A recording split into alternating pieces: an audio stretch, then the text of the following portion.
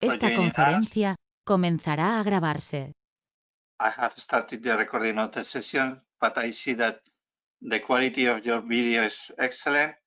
I will make a brief introduction because we have only 1 hour and it's important to make the best of it. And so we'll take these 2 previous minutes to introduce. You know that we are the European Alliance Against Coronavirus that was born as a common activity with different institutions. On March, I am the president of the European Cluster Alliance, but we have excellent examples of what we are doing here today because I am glad to have with us Milos Momos from the DG Grow, but also Panagiotis Kofas from the European Economic and Social Committee. Welcome, and we will have all excellent representation of the tourism clusters, and I am sure many other participants from other environments. So thank you, everybody. We will have first 4 speakers presenting their experiences and the knowledge that they have. And we will open the floor later to open discussion on what every one of us has or can do to help in the recovery plan, in this case for the tourism ecosystem. So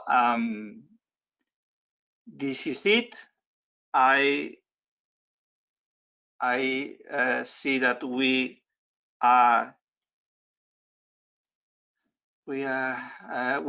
you can use the chat to share your question or your ideas while the speakers are on it, okay? And without further delay, I want to say welcome to Milos Momos from DG Grow, and you have 10 minutes, Milos. I will give you the presentation right now.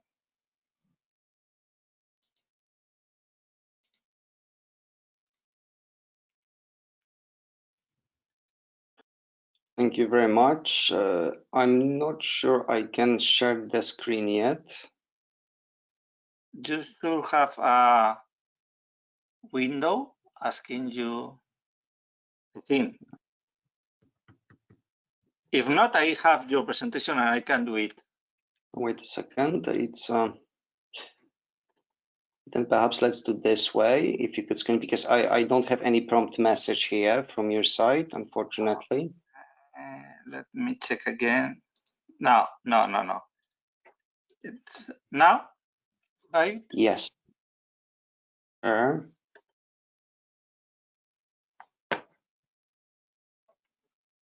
let me just open the slides.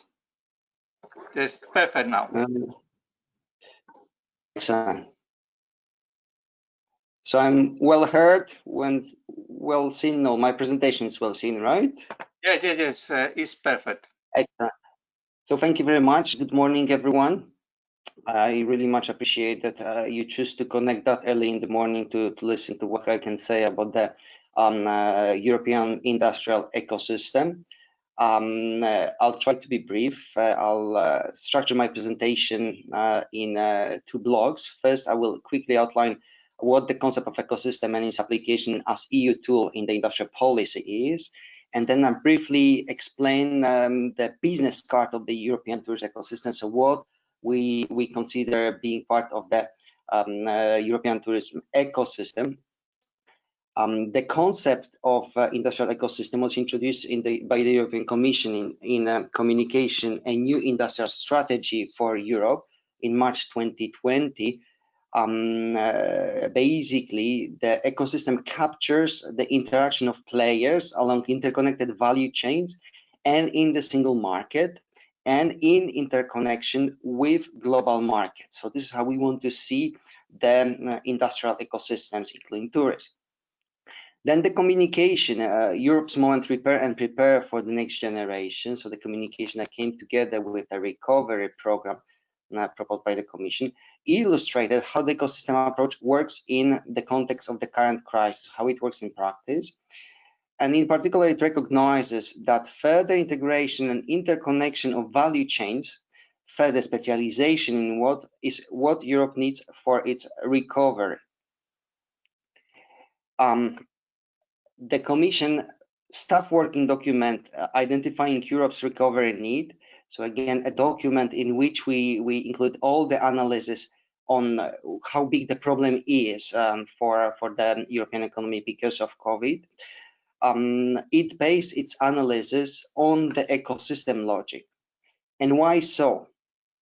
So why adopting the ecosystem lenses in the analysis? So simply because this is a good and useful comprehensive diagnostic tool. It highlights the interdependencies among member states and players in different value chains. It identifies bottlenecks and gaps in the single market. It also takes into account regulatory context. And it's also a very dynamic concept based on the real-time measurement. So not meant as fixed and discrete unit of observation. Based on this approach, the Commission identified 14 ecosystems, among them the tourist one. All those ecosystems represent roughly 70% of the EU economy, but roughly 90% of the business activity of business economy, so as share of the value added of the European production. This approach has helped us map the impacts of the COVID pandemic and can be relevant when considering investments for recovery and the long-term development. So the business part of the tourism ecosystem, we consider 4 core parts in this ecosystem: passenger transport, tourist and travel operators, accommodation, hospitality, and leisure. This including culture, entertainment, sport, food, and beverage sector. Overall, it's a dynamic services ecosystem encompassing globalized and interconnected value chains and networks.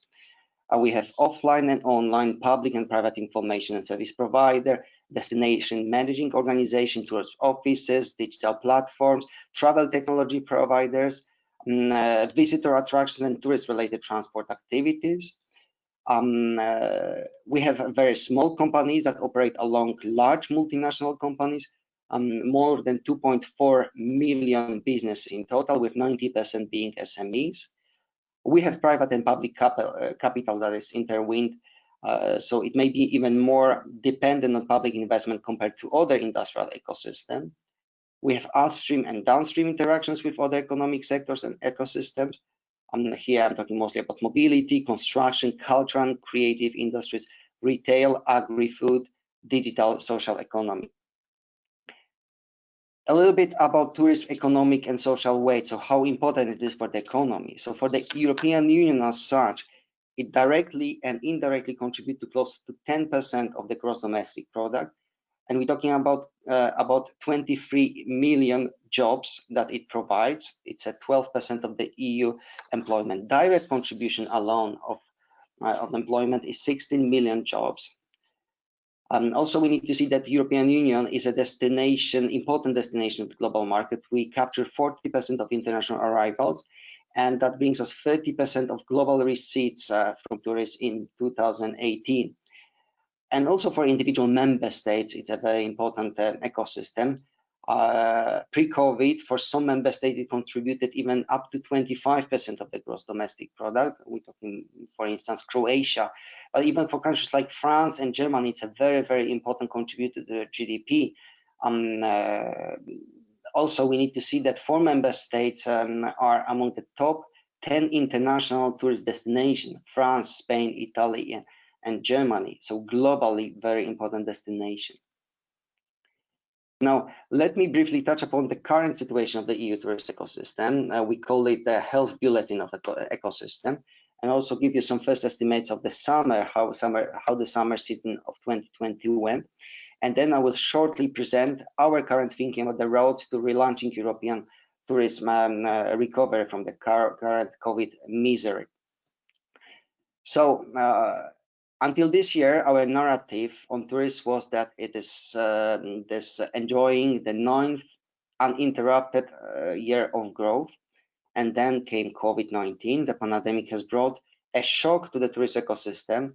This ecosystem is among the hardest hit, among those that were hit the hardest in the economy of the European Union. According to the figures from the OECD presented in June 2020, depending on the duration of the crisis, different scenarios applied. We will see a shock that could range between a 60 and 80% decline in the international tourist economy in 2020. So 60 to 80% of tourist business will not be there in comparison with the previous year, 2019. And this could translate globally into losses of 100 to 120 million direct tourist jobs. So this is how many jobs is at risk globally in the European Union. Among the jobs that we have in the European Union, we calculate it's around 6 million of jobs potentially at loss. The impacts of the EU tourist ecosystem have been disastrous with no visible signs of recovery at present. So tourist enterprises are facing an acute liquidity crisis, and the crisis unfortunately has hit small and medium-sized enterprises the hardest. According to the recent data from Eurostat, published only on the 4th of September, in June 2020, all sectors within the services economy in the European Union decreased compared to February 2020, so pre-COVID. The total service sector in the EU decreased by 16.4% during this period, while the tourist services sector fell by 75%, so 16% for the overall services economy. For tourists, it is 75% reduction. And among the segments of the tourist ecosystem, travel agencies and tour operators were hit the most, followed by air transport, accommodation, and restaurants. And if we compare year to year, so with what happened in 2019, the fall is even more dramatic. The restaurant sector has since had the largest recovery, followed by accommodation sector. Air transport, on the other hand, had only a slight recovery, while the travel agencies and tour operators were on the same level in June as in April. According to a poll run by Euronews in July, almost 50% of respondents did not plan to travel at all this year. That doubled compared to 2019, and less than 15% of respondents were planning to travel abroad, the rest opting for just domestic holidays. Booking for July and August picked up only slightly. The consumers were still adopting a wait-and-see approach. And by the end of July, the number of cancellations exceeded the number of new bookings. This was the result of the emergence of new infection clusters, resulting in rapid changes in destinations classification, so the red and orange, famous red-orange zones, and the conditions for returnees and travelers, the quarantine and intensive testing. So this situation confirms the information presented by the European Commission in May 2020 as part of the tourism and transport recovery package. Tourist ecosystem has the lowest confidence indicator for recovery. So to recover the activities of tourism, it will be the hardest among all the sectors, all the ecosystem. The estimated gap in basic investment that were normally should be done 2020, 2021 for the ecosystem, for tourist ecosystem is around 160 billion euros. This is the result of a combination of two factors, which the EU and the member states have been trying to address during the last months by balancing public health safety concerns on the one hand and protecting businesses and jobs on the other hand. It also shows that coordination and transparency are key to restore free mobility of people and services in the single market, give businesses equal chances and build confidence among citizens, all critical factors for the functioning of the tourist ecosystem. Tourism cannot be addressed in a policy silo. To restart tourism, we need to pull together and in real time actors working on health, border control, travel restrictions, transport services, tourist services. And with our May package, we brought these aspects under the so-called mechanism of integrated political crisis response. This is to improve sharing of information and cooperation among member states. But further efforts are necessary. And this is why the European Commission proposed to the Council recommendation on the 4th of September on a coordinated approach to the restrictions of free movement in response to COVID pandemic. The proposed measures include the introduction of a common color code and common approach for travelers from high-risk areas. To restart tourism, we need to build confidence among citizens, customers, tourists, but also businesses, and also stimulate demand.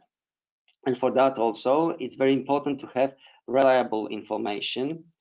To this end, we launched on June 15, the so-called Reopen EU application, a web-based application to help Europeans plan their travels and holidays for the summer season. But the website is, of course, continue operating and provides information about where one can go, what one can do at destinations, and what the procedures are if one faces problems while at destination. By August 26, this is the latest statistics I have, we all had almost 5 million visits recorded, single and different visits on this website, and more than 15 million pages views. Sanitary protocols for transport and tourism are very important. The EU provided guidance, and member states are following those guidelines in rolling out different schemes in the respective territories and the regions. Last but not least, what is important, we need to promote tourism as such on the level of the EU. We had a campaign, rediscovery on promotion campaign on Euronews news channel. We are Europe, and this is with the main message to rediscover Europe as tourist destination. Of course, focus on the intra-EU and domestic travel. More important, to restart tourist businesses must survive the crisis. Recovery in tourism will be balancing short-term needs with long-term perspective. The biggest challenge would be not only to save tourism, but also to relaunch tourism along a sustainable growth path. The May package, the May communication package already set out a strategic orientation for sustainable recovery to build economic resilience and address systemic vulnerabilities of the EU tourism ecosystem. It's talking about green and digital transformation to ensure global competitiveness, but also of equipping tourist workforce with the right skills. And for this, we'll come up with a European Skills Agenda. We came up with that in July 2020, and EU Pact for Skills in the tourist sector. Last, let me briefly tell you that we are now planning to host a convention, an important event on the 12th of October, which will be fully virtual. We will have parallel thematic workshops in the morning of the 12th of October and a plenary discussions in the afternoon. The save the date was sent. If you would like to still join the event and you haven't received information, please contact me and I will make sure that you will receive information. The intention is to launch a dialogue to shape a roadmap for the future of a possible European agenda for tourism with the long-term perspective 2050. This is a strategic framework for tourism, which would be based on agreed policy priorities and would be shared among different member states and shareholders. We're talking about industry, we're talking about different institutions and the member state, of course. So thank you very much, and I return the floor to you, Mr. Chairman. I trust I need to deactivate my screen, right? Don't worry, you don't need to do that. I can do it directly from my screen. Thank you very much, Milos. And it has been a very clear presentation. I am sure that we will come back to you on the open dialogue. So now it's time to welcome Panagiotis Kofas from the European Economic and Social Committee. Are you there, Panagiotis? Good morning. Yes, good morning. Good morning. Thank you very much for the invitation. It's an honor for me having this conversation with you. I really thank Mr. Momot for his presentation and for all the cooperation we had together. But you can clearly understand from the previous presentation that we do have a huge problem, and the problem hasn't come yet. The problem is that the chain of the ecosystem has broken completely.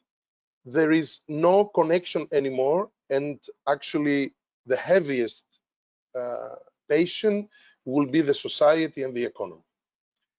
I will tell you, besides the data Mr. Momot present, which are very, very good and very accurate, unfortunately, when you see this data, you understand that it's coming an Armageddon in November or December, and we have to prevent it. So we have also, in the European Economic and Social Committee, launched a questionnaire because there were no data what's happening between the tourism SMEs in Europe and what will be the results right after the pandemic. There were no data, just forecast. The response were 174 organizations representing more than 35 up to more than 50,000 members. So it means that 174 organizations responding, they respond for their members, which are millions. So the data we received is really, of course, in the same direction as the Commission just present, but you can also see that almost 80.2% are infected very negatively from this pandemic. Almost 80.6% they believe that there will be long-term consequences. 65.9% they believe that they will not survive in 2021. You understand? 65.9%, 66%. It's a huge number for the SMEs of tourism in Europe. 76.5% they have already decreased employment. You understand that 6.5 million that you just heard from DG Grow, which was something that we expecting to happen, maybe will be more. Just only in tourism sector, further to the unemployment just exists. 69% their turnover has decreased, and 51.2% they expect crisis not to end in 2020, and of course they expecting 1 out of 2, 51%, to close their businesses. You understand that these responses from organization as chambers, from the member states, they have a real impact and the truth what's happening. So you understand also that we have already 2 points. One point is that we have the pandemic, and of course we have the effect of the pandemic, and the other point is that we need to minimize the pandemic. So these two are contradicted. Why? Because if we want to run tourism, we need movement. It's something we lost in Europe. We had free movement of people, free movement of everything, and now this has been lost. So if we decide to start moving people, which we have to, on the other hand, we have to decide what we're going to do with the pandemic. And if we decide that we have to do something for the pandemic, it means that we have to minimize the movement. So you understand, these two are contradicted. And this is actually what's happening now in Europe. When we minimize the movement, also you saw that whatever is happening to the SMEs, tourism, it was a disaster. Disaster in transportation, disaster in hospitality. But you saw also that restaurants during June, they had a recovery. Why? Because we opened the close down. But there is again contradiction. Why? Because now in October or November, who's going to go and sit inside? No one. They saw this raise because everybody, there is sunshine, going, sitting outside, having some measures outside. So what's going to happen in October and November? What we propose in the European Economic and Social Committee, which I think is something that it has to be done, because there are decisions, of course, from the Commission and of course from the Council, etc., for liquidity, because liquidity was one of the biggest problems in tourism in Europe, because everything stopped. So there is no liquidity, and of course there is no access to loans. The banks do not give loans. Beside that, we have all these decisions from the European Central Bank and all these measures to support the loan procedure, etc. And of course, you understand, is the working people, because when we minimize, as I told you, the work, we raise unemployment. I think one very strong suggestion, which is not yet been proposed or adopted, is to establishing immediately a European mechanism for monitoring the implementation of support measures for SMEs and working people, particularly for liquidity, lending, and transparency in these supporting measures. Because now we have some flow, money goes to the member states. Of course, I know that you will tell me, Mr. Goff, as member states can actually run how they want these liquidity coming to them. But you understand that that is a problem, because money, liquidity, loans, and also the program SURE is not implemented as we want to all the sectors. So we want a European mechanism for monitoring. We also believe that SURE program must be extended. And of course, there must be recovery measures like liability, tax liabilities for the SMEs to support the business. It is very necessary to be postponed until, actually, I'll tell you this, I said until the end of 2020 in my document, and the members came from the member states and organizations told me, Mr. Goffas, this is not possible. Please do it until June of 2021, not 2020.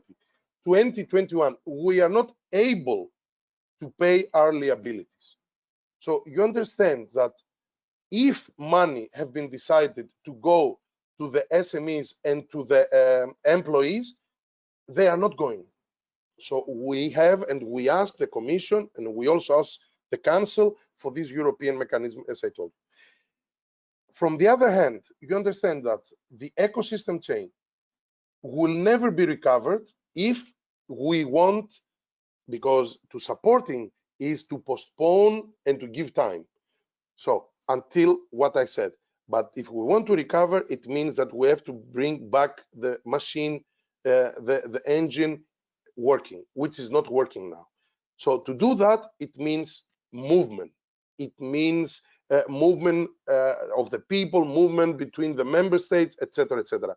It was our huge weapon in these European EU member states that we had so far. So to do this, you heard before from the Commission about the protocols. Yes, of course, we need the protocols.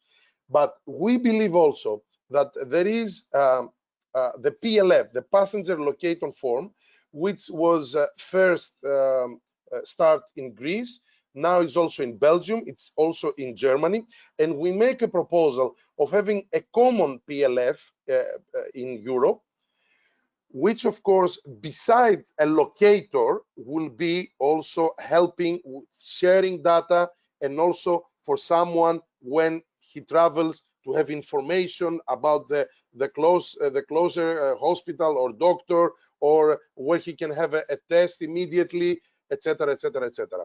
So these could help also the society for a better movement, for a faster movement, and also to be secure when they move and they have they feel sick or etc. Besides locating them as a locator form, we have now the ability, the technological ability. It can be also useful for them, this QR they receive, to know where is the doctor, as I said, where is the closer hospital they can have the assistance they want. So we also propose, and I think this is a very good proposal so far, to remove the fear from the people, because we have established fear now. So to remove not the measures, not the health protocol, but to remove the fear and to establish a confidence that they can move, but having also the measures, the protocols, as we said, and the Commission said, but also they can move, they can travel, they can take the plane, but also they can have this locator form helping them for this easiest access of movement. One minute, please. Sorry. No, I stop here. No, finish, please. Finish. Okay, I stop here. I really thank you for this opportunity to be with you. But I'm sorry that I was, I will say, only direct in everything, because the European Economic Social Committee is an advisory body. It has to be direct. So the propositions, of course, they're from the Commission, the Council, but we are telling you, and we are saying to the Commission and the Council, what's really happening directly. Thank you very much. No, you are very welcome, and we appreciate very much your apportation and your expertise. So thank you, and we will come back to you for sure soon. Welcome, Antonio López de Ávila from Turisfera. I'm giving you the presentation rights, and please, we will try to keep to the 10 minutes because we want to have an open dialogue. We have with us many experts from different clusters at the European level, and we want to have an open dialogue with them after the speakers. So, welcome, Antonio. I think that you have now the control. Yeah, I think so. Let me check if you can see the presentation. Do you have it? Yes. Perfect. Go on, please. Okay, wonderful. Thank you. First of all, thank you for having us today with you, sharing our thoughts on what we are doing from the Canary Island. As you know, the Canary Island is a very touristic area. Mr. Momoth have said that 15% of Spain, the GDP of Spain, and then 15% of our direct employment belongs to tourism. In the Canary Islands, we're talking about 35% of our GDP, and we're talking about around 40% of our direct employment. That makes tourism the most important economic tool in the Canary Islands, and we are having a great bad time now. Okay, regarding the industrial ecosystem for the recovery about tourism, we're talking about passengers, transport and travel. We are talking about hotels, short-term accommodation, restaurants, catering, events, theme parks. But we are also talking about many different SMEs that are working like consulting firms. We are talking about software development companies. We are talking about engineering companies, energy companies. In the Canary Islands, in Turisfera, I think we are gathering the whole ecosystem related to tourism, not those who are only working directly in tourism, but also all the different companies, SMEs, that are working for tourism sector. So that's why we have a quite big scope of tourism in the Canary Islands, and we are all working together for the recovery of this huge important tool for us for the developing of the Canaries in the now and in the future. Now we took the European Recovery Plan, repair and prepare the next generation, the policy fundamentals that you have talking about. And I would like to go through the main points that where we are doing things.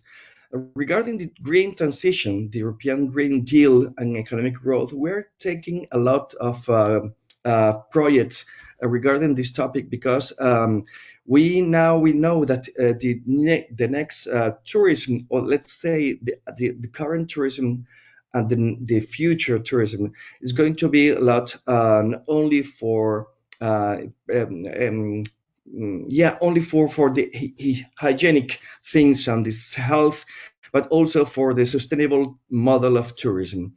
That's why we want the Canary Islands as a very green region in Europe and being an example for others. So we are focusing a lot in the clean and circular and competitive and climate neutral economy.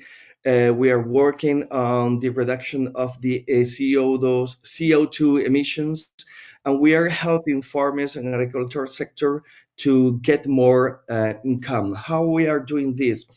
Our companies are creating, building biomethane plants in 3 islands, huge plants. So we are going to take the organic wastes from hotels and apartments, and we are going to create biomethane gas from them and reuse it in the hotels and apartments.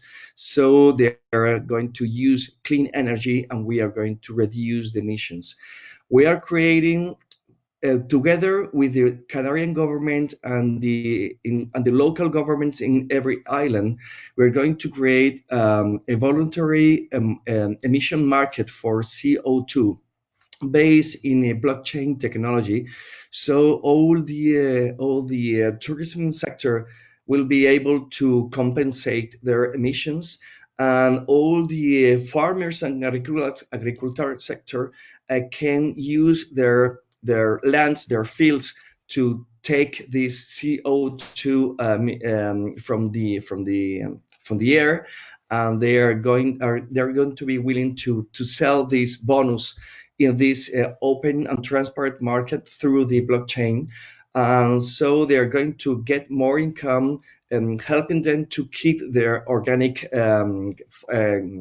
cultivations, their organic fields, plants, and so on. And the tourism sector will be able to compensate the emissions. So Canary Islands are going to become a very neutral in carbon region in Europe. Regarding these, not only the tourism sector, but other sectors. So we are going to create this huge voluntary emissions market to avoid Canary Island to generate more CO2, and to focus on how to reduce the emissions and how to compensate them.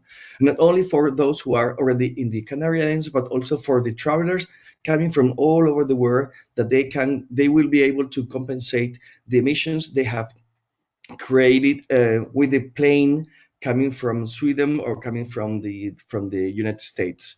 So this is one of the things we're doing. We have been working closely with the Canarian government and the Tenerife island. So Tenerife is going to be the first one in having this voluntary emission market.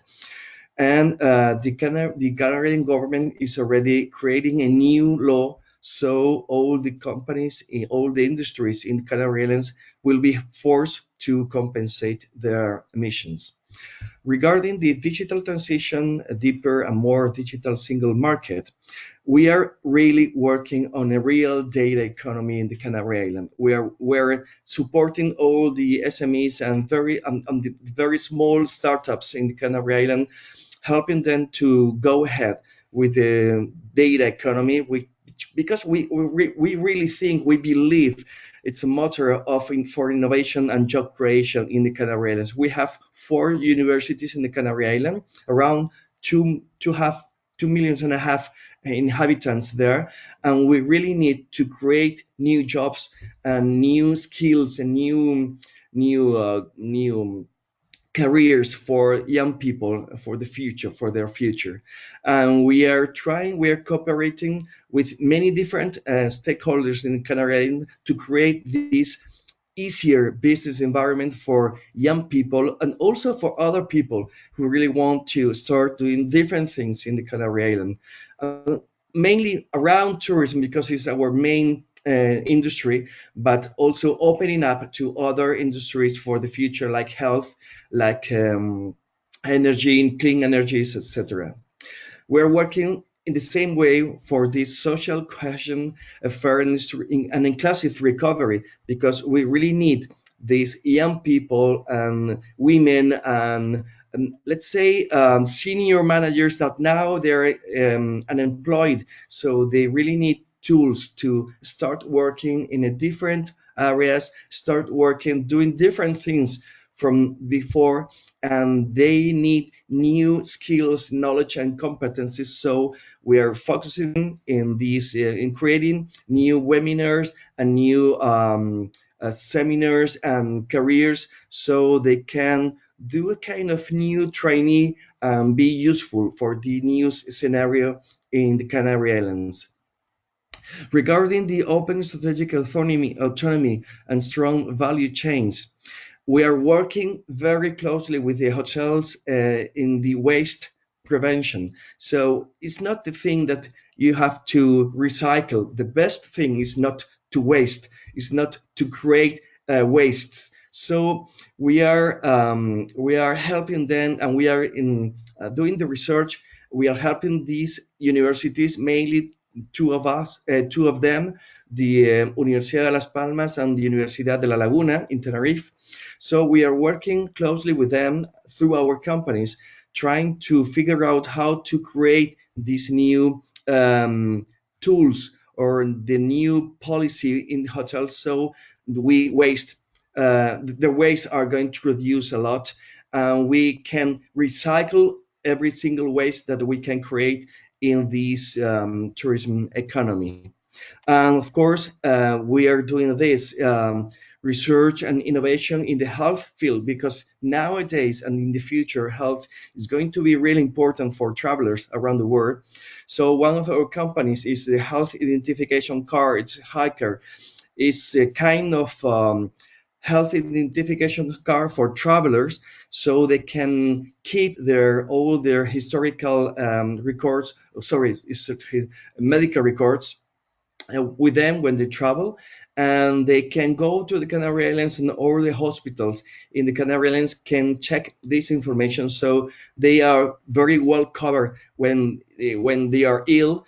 And of course, this new technology can be developed in through blockchain and with the most secure technology, so all the data can be very protected, very well protected, and they can also use them for to take to keep all the PCRs results when they are traveling throughout Europe, which is something that we really think it's going to be really useful, because we don't want the borders closed.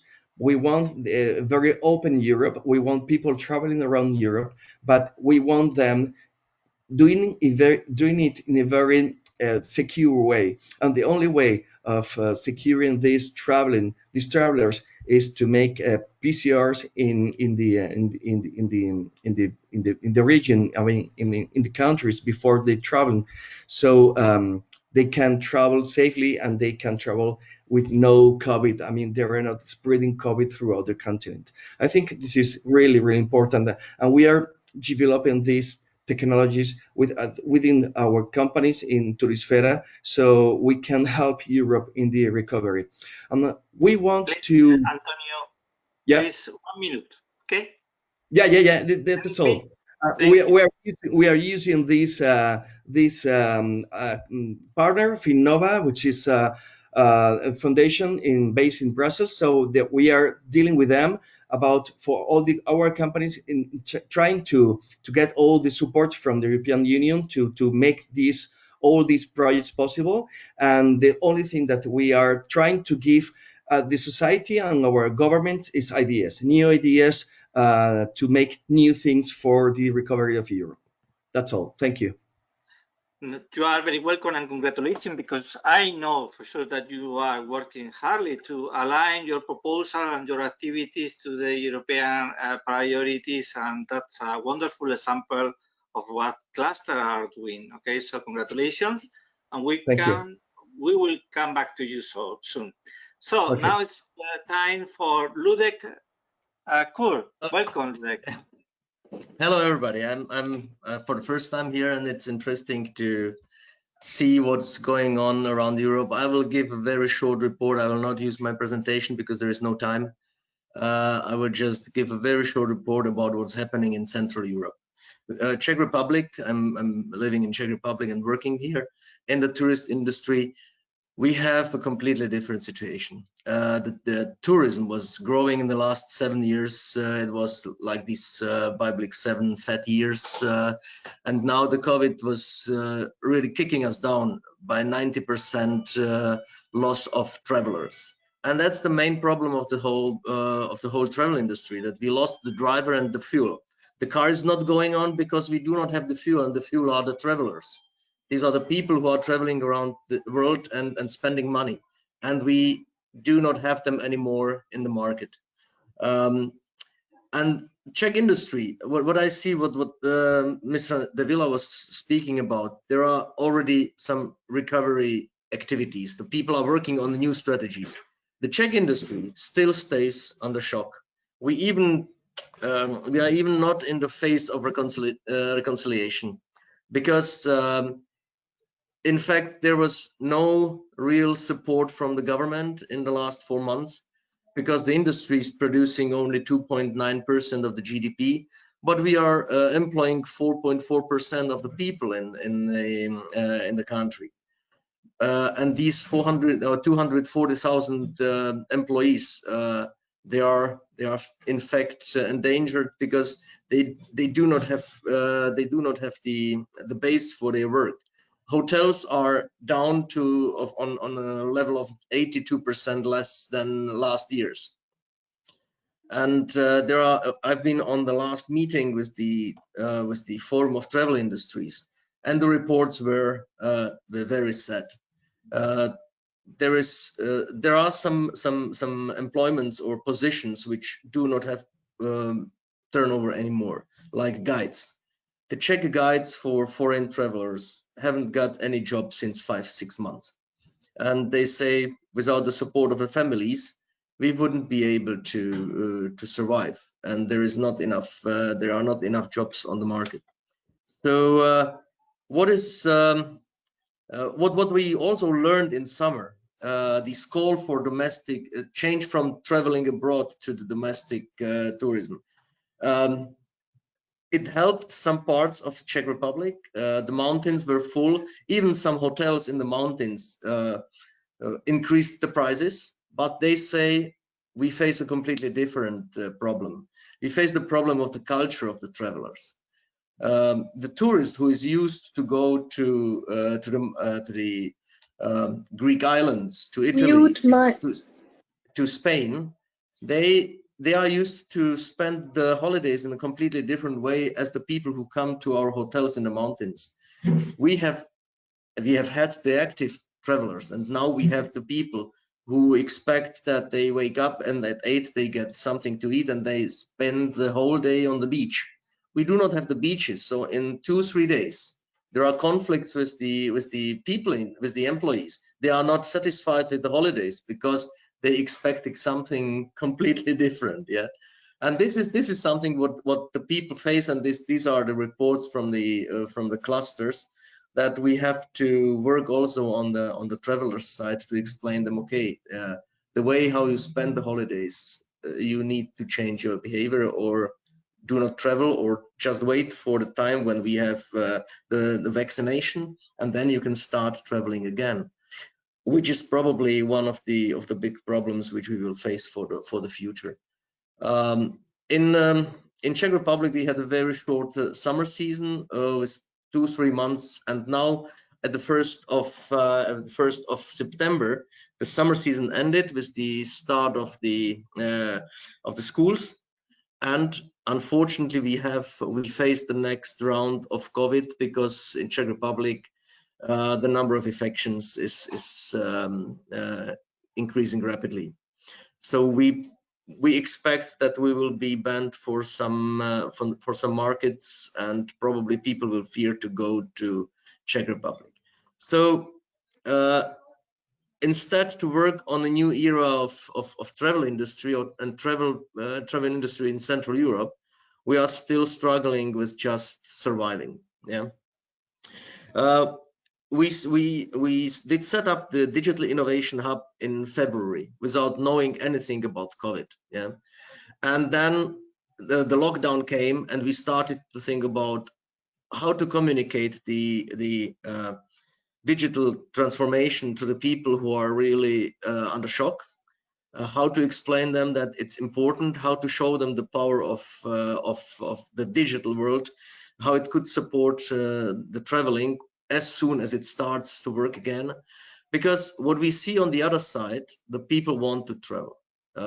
We see it on the sales of applications. We see it on the traffic on the websites of one of our biggest platforms in Europe, of the Outdoor Active platform, which is partner of the Digital Innovation Hub. The people are searching for inspiration where they go as soon as they will be allowed to go, which is a great. This is the good news in the world. The people want to travel. But we still are waiting for the time when they will travel safe, or when we will be able to offer them a safe traveling, and that's, I think, the biggest challenge for the European travel market. I would say that's all, because then we have just the last 10 minutes for discussion if needed. Yeah. Thank you very much, Ludek, for your analysis. It's very important to be aware of where that we have difficulties, big difficulties, and to be able to afford them. So now it's time for the open dialogue. We have many experts here with us, so the floor is yours. Who wants to be the first? Hello, hello, Antonio. It's Teodora from Veritas Cluster in Bulgaria. Can I join?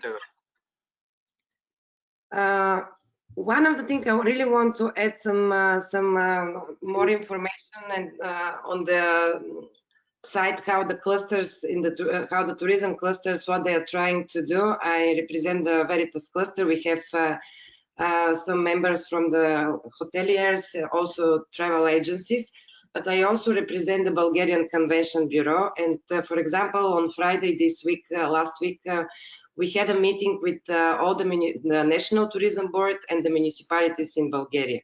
So through the analysis, and we've been discussing that while during the summer period, majority of the businesses open in the tourism sector were trying to find the best way to present the health and safety regulations that the businesses have adopted, so to attract even the national travelers.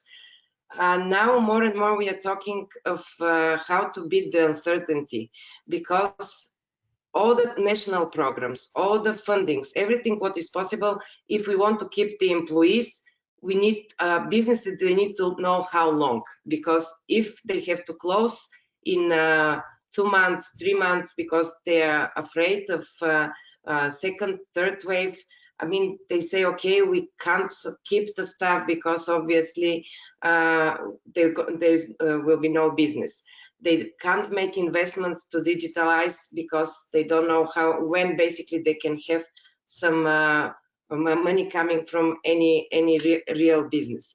So the huge problem is that if the last couple of years, as Mr. Ludek just said, there was a big growth in the tourism sector, and there are many investments, reopening even new brands, hotels, many agencies taking more staff to perform with the business. Now this has stopped. So what we've been even discussing is to find more options to communicate on for close countries. For example, Bulgaria, we are talking with our colleagues with Greece, Romania, because this is the easiest way to try to exchange ideas and to get travelers from one country to another. Because obviously to get travelers from a long distance, this will take time. And we, previously it was said that the movement is one of the key things that we have to kind of reconsider in order to have some kind of certainty and planning, because the huge problem here is that we can't plan and there is uncertainty. So the big things here that we face is how to basically deal with that. Thank you. You're very welcome, Theodora. Thank you for your contribution. So one of the questions is how clusters can help in this situation, okay? How the collaboration between different companies, not only in a wide spread of cross-sectoral linkings, can help in this situation. I would like to hear your thoughts. Who is the next? Hello, I'm Nina from the cluster idea, and thank you all very much for the presentation that you've given. I think it's very interesting to see also in what different stages, for example, the Canary Islands are and the Czech Republic. And we've also heard from the presentations from DG Grow that what we have to do is also to align our actions to have a common approach to traveling. And I wanted to ask, since we are in these different stages also from the countries, what recommendations, for example, can we take from the example of the Canary Islands for other countries that are not that far into the recovery process? Not yet, as Ludek has said, they're still more in a shock position, but you're taking, as we've seen, the approach to also the digital transformation, and from the countries that are already more advanced in the recovery, what recommendations can we take for the rest of Europe?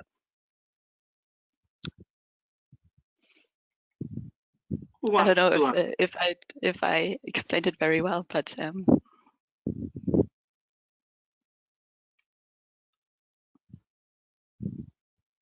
who wants to answer that question? What kind of actions can we learn from other countries?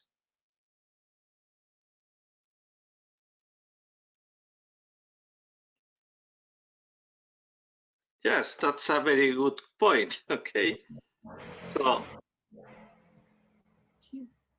one of the things, if you allow me just for a second to end, we were really impressed to monitor how quickly the companies basically started their countries, has started their campaign from the very beginning, that they are safe and to rediscover in a different way the destinations. I mean, it was really, there is a good analysis of how the destinations presented the safe, that they are safe. And this was really good. This is really good to follow, because this is not only on a destination level, but the different cities started their campaigns about we are safe and there is time to travel. I don't remember which country was this slogan, but it was at the very beginning. I think it was April or May. They said it. Now it's now time to wait, but you will visit us again. So it was, I mean, this very clear messages. So this is from this side. It's really good to monitor and analyze these things. Mm-hmm. Yeah, if you allow me, Antonio, I think the European Union has a perfect role to monitor all the different initiatives all around Europe, so they can show the other regions who are doing what and how they are doing it, which tools are they using to go ahead, and we can share these very useful solutions that we are all taking place in different regions, so we can help each other. I think clusters have a very important role nowadays because clusters are focusing in one problem from very different points of view, very different companies from very different backgrounds. So I think clusters has the key to solve so many different problems around tourism and the recovery of Europe in this topic. So I think the European Union maybe could create this monitor so we can check who's doing what and how clusters are giving the solutions for the recovery of tourism around Europe. Thank you very much. So I will say, Milos, that we are very glad to hear you today, to have heard you. We want also to offer our collaboration, okay, to your area. And I am sure that if there are not yet inscribed in your Congress, there will be far more clusters after today going to the digital Congress and participating, okay? How else can we help you? Would you tell us how can we help in your goals?